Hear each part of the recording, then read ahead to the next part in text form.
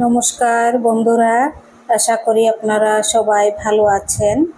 আজ আমি আপনাদেরকে বানিয়ে দেখাবো টক ঝাল মিষ্টি আমের আচার। তো চলুন দেখে নেবেন আমের আচারটি আমি কিভাবে তৈরি করি।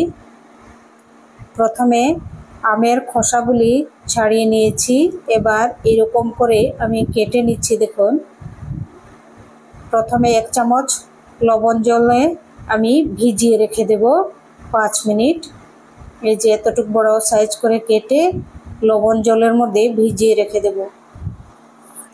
সবগুলো 1 কিলো আম নিয়েছি, তো 1 কেজি আমের মধ্যে 200 গ্রাম চিনি লাগবে।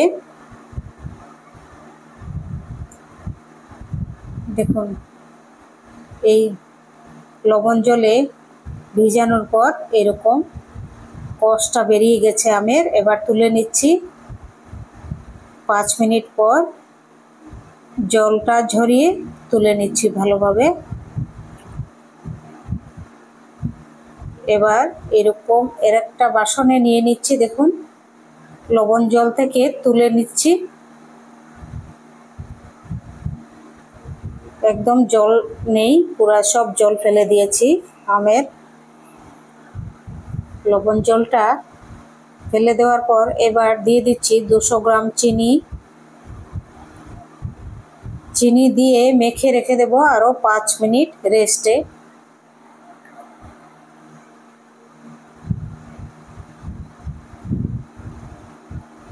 এবার ঢাকা দিয়ে 5 মিনিট রেখে দিচ্ছি। এখন মশলা নিয়ে নিচ্ছি, 5 ফোড়ন আর 2টি শুকনো লঙ্কা। এটি হালকা মিডিয়াম ফ্লেমে এটি ভেজে নেব, বেশি ভাজবো না, ভাজলে তেতো লাগবে। ভাজা হয়ে গেছে,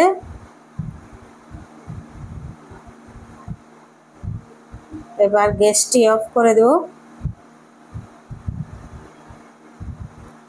মশলাটি একটু ঠান্ডা হওয়ার পর আমি এখন এই শিলের মধ্যে বেটে নেব।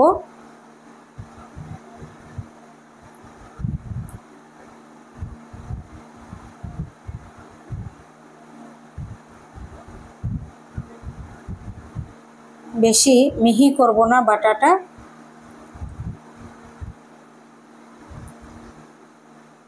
হয়ে গেছে বাটা, এই যে এরকম করে বেটে নিয়েছি, আর বাটবো না, এটি হয়ে গেছে। এবার আমগুলি দেখে নিচ্ছি। চিনি গলে দেখুন, চিনির থেকে এই জলটা বেরিয়েছে আমে আর চিনিয়ে। এখন এটি এই কড়াইয়ের মধ্যে বসিয়ে দিচ্ছি।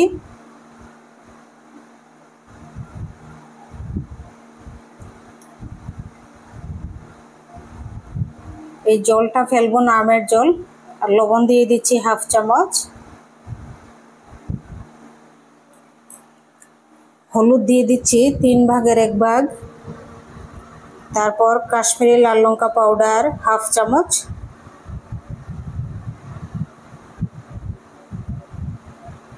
দিয়ে 5 মিনিট এটি জাল করে নেব ভালোভাবে। সামান্য অল্প দেখুন ভিনেগার দিয়ে দিচ্ছি, অনেক দিন রাখা যাবে সংগ্রহ করে, এর জন্যে নষ্ট হবে না। ফ্রিজ ছাড়া এমনি রাখলেও নষ্ট হবে না। এবার অনেকটা জাল হওয়ার পর দিয়ে দিচ্ছি এই যে পাউডার করা মশলাগুলো।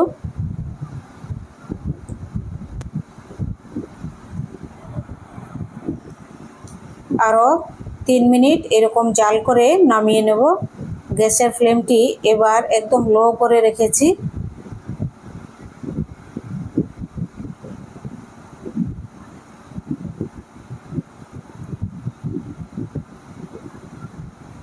তিন মিনিট হয়ে গেছে। দেখুন আমের আচার কত সুন্দর হয়েছে, খুব সুস্বাদু এবং খুব সুগন্ধি, খুব সুন্দর গন্ধ বেরিয়েছে। আপনাদের নিশ্চয়ই আশা করি ভালো লাগবে।